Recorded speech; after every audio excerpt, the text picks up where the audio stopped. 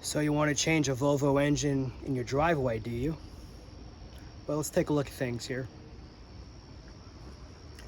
This is a early year 2004 white block off of that sedan behind me, rest in peace, to save this wagon, 2003.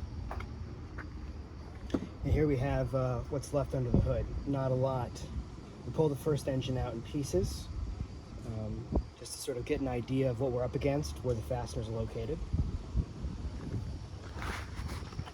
And this massacre of a driveway is what we have. The PCV system was, quote, just changed by the Facebook Marketplace ripoff salesman, which I fully cooperated with and bought the car anyway. But here's we spun a bearing on that thing. Here's the oil filter housing. Notice that shimmering silver color. Fantastic. The best way of getting that is grinding your journals down to dust. So anyways, yeah, I think oil starvation ended up causing the biggest killer to this thing. It smelled cooked. It looks cooked. I mean, it's not pretty under here. And compared to the quote good engine that we're going to be using, it's this looks a lot worse. So I think that these two seals here and here may have given way, or it could have just been general over time, everything a little bit full of carbon added up. Not sure. There was no huge like smoking gun thing that we found, but it wasn't pretty, and this was never going to be intended to be rebuilt. So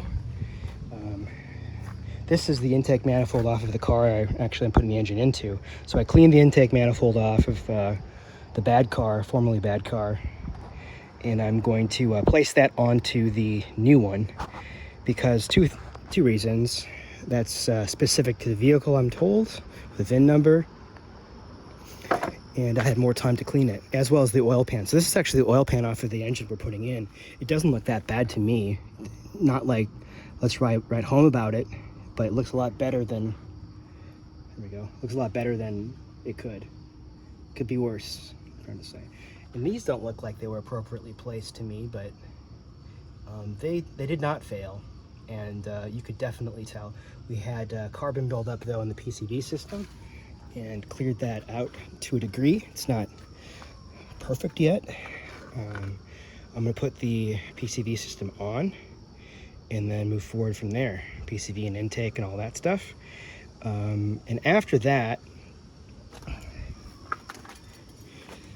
we'll finish this open item of a rear main seal. I need to put a screw in there to pull it out. I don't like to do that. I don't like this rusting either, but I don't like to do that because sometimes I drill too far. And but this is the rear main seal, and it was not failing. It was okay. I'm just doing it while the car is out and hopefully not making it worse. Transmission the same, engine exactly the same. Everything was an identical match. And so since I didn't really want that, I have two of those S60s. I say it in every video pretty much. I didn't really want to save that forever. I actually wanted to switch to these XC70 style things, and I like the wagon a lot more. So I wanted to save it. So I figured, well, if something's going to die, there's a perfect donor engine right here. Perfect. But yeah, I'm going to hang out this oil cooler housing. I'm going to change out that turbo intake. Turbo's good for the time being. It's not in the car, not under the hood, but this is what we have, and I will work with this and keep it going a lot better. This is ugly, I know, but first time going in this deep, and yeah.